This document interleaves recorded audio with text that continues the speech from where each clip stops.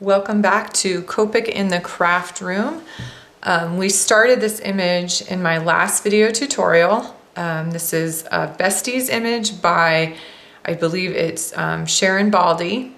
She is an Etsy digital stamp artist. She also has some acrylic stamps. This particular one is a digital stamp, and I have printed it out on Express It blending card.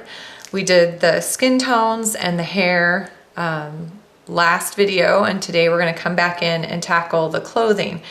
And what my attempt with this one was to use either 2 or 3 colors on each area. I know the hair got a little more complicated, but the image itself really does call for a little bit more layering because it is a more advanced image. It's not a simple basic beginner image.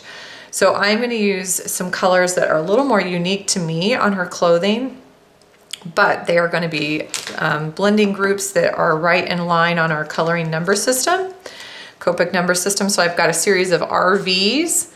This is 91, 93, and 95. Or if you want to think about it in terms of each number, it's a 91, 93, and 95.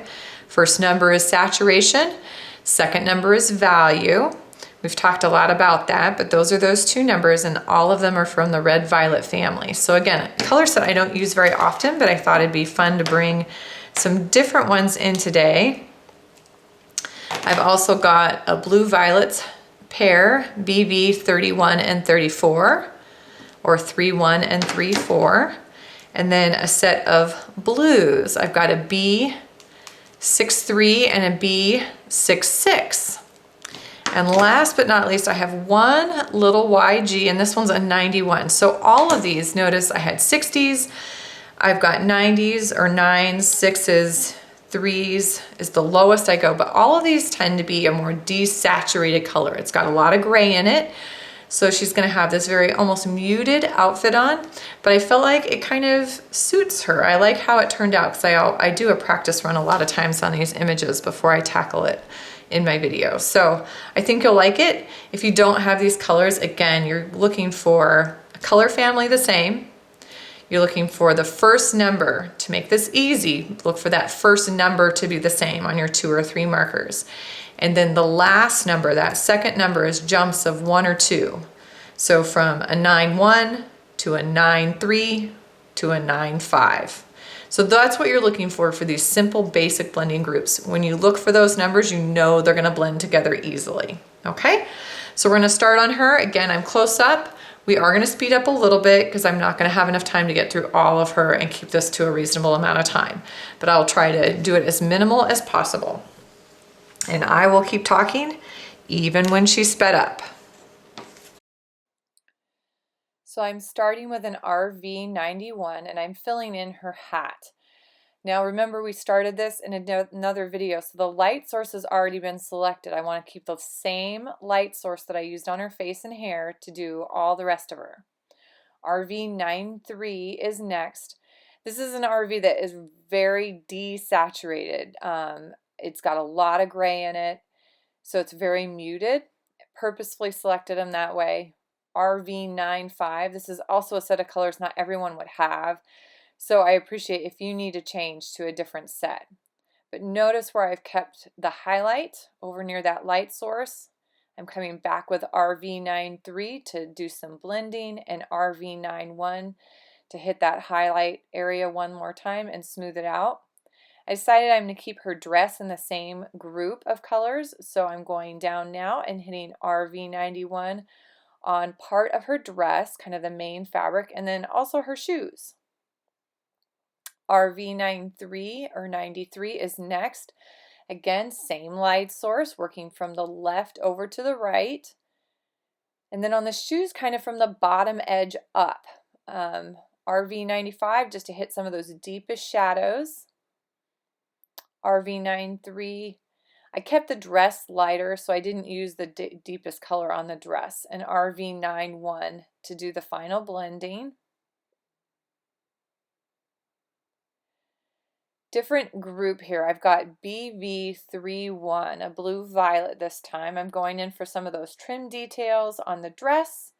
I'm doing all of that kind of tulle or kind of flounce underneath her skirt with this as well. So I'm just filling that area in, getting that nice first layer, and I'm also doing on the ribbon on her hat. Remember, you could always do this in smaller segments and break it up into smaller segments. You don't have to do it all at once. BV 34 or 34 is next. I'm only going to use 2 colors on these sections, but this is going to give me enough of a variation to create that. Down in that flounce or tulle under her skirt, I'm just adding squiggles to show that texture. I'm not as concerned about shading from one side to the other. The little lace on her top, I'm going to the bottom edge of each layer. BV 31 comes back in just to do a little bit of blending on the bow and the ribbon band and on the lace trim. B 63 is going to hit some of those final areas. I've got kind of almost a cape or something hanging down her back, fabric down her back, and then the flowers that we see on her hat, dress, and shoes. Then I'm also going to hit her tights. And the first layer, I'm going to do all of the tights. So the whole leg in that first BV63. Sorry, B63. It's B63, just blue. And then this one is the B66. So it's just the next in kind of that grouping. And I'm doing the flowers, and then I'm going to come in on the stripes and do every other stripe, kind of flick from the bottom up. So every other stripe is going to be darker. But again, I wanted to show the roundness of her legs, so I'm just flicking from the bottom up 2 or 3 times. You can already see what that's going to do. I come back with that B63 to do just a touch of blending. It doesn't need much on each of those areas. I realized I forgot the little cape piece entirely, so I'm coming back in with B66 and B63 on those areas. I'm not totally sure what that is, but it kind of looks like that to me. YG91 is a really desaturated green, so I'm adding that for leaves. So she is finished. I could either fussy cut her and put her on a card, or I could add a simple grounding effect, get that shadow underneath her, could color in the background. But at this point, I've got some skin, some hair, some clothing, and hopefully that made sense. Thank you for joining me again on Copic in the Craft Room. Have a happy, colorful week.